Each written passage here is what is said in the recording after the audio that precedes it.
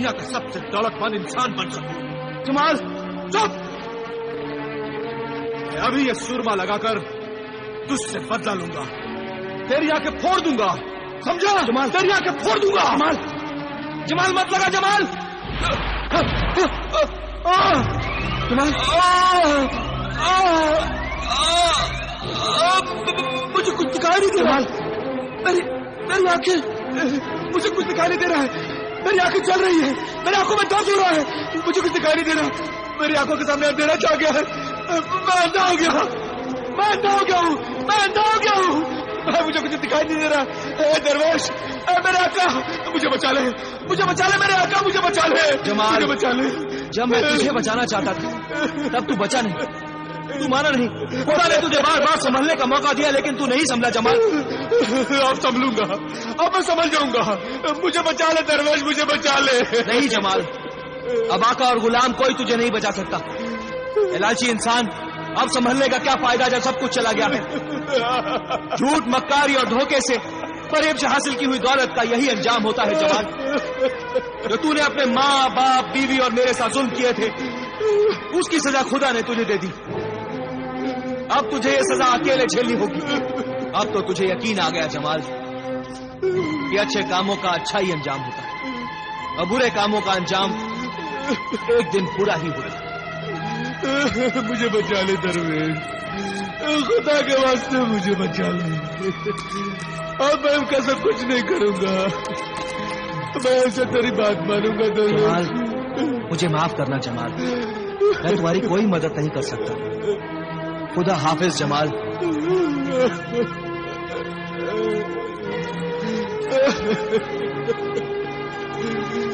میری آنکھیں, میری آنکھیں, میری آنکھیں, میں اندھا ہو گیا, میں اندھا ہو گیا, میں اندھا ہو گیا, میں اندھا ہو گیا. اس طرح سے میں اندھا ہو گیا. اپنے جرم اور گناہ کی چلتی پھرتی زندہ تصویر بن گیا میں. دنیا کو نصیحت دینے والی سچی کہانی ہے تمہاری, بہت ہی عبرتناک انجام ہے تمہارا. اے نابینا فقیر, کیا تجھے یاد ہے کہ اس دردناک انجام کی ابتدا کہاں سے ہوئی تھی؟ یاد ہے, یاد ہے امیر المومنین. میری بربادی کی ابتدا میرے برے دوستوں سے ہوئی تھی. برے دوستوں کی صحبت میں بری عورتوں سے دوستی ہوئی.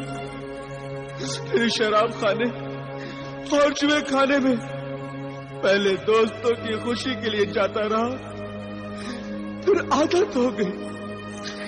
برے دوستوں کی دی ہوئی عادتوں نے ہی اس سے ماں باپ پر ظلم کروائے, انہیں خوب ستایا, بیوی کو طلاق دلوائی. یہ سب انہیں گناہوں کی سزا ہے. شراب, عورت اور جوئے کی ضرورتوں کو پورا کرنے کے لیے مجھ جیسا شریف خاندان کا بیٹا چور, دولت کا لالچی بن گیا, اور صحرائی درویش جیسی نیک ہستی کو دھوکہ دیتا رہا, دھوکہ دیتا رہا. پھر کبھی صحرائی درویش سے ملے؟ نہیں, وہ صحرائی درویش تو نہیں ملے, لیکن صحرا میں بہتا ہوا ان کا نیکی کا دریا ضرور ملا.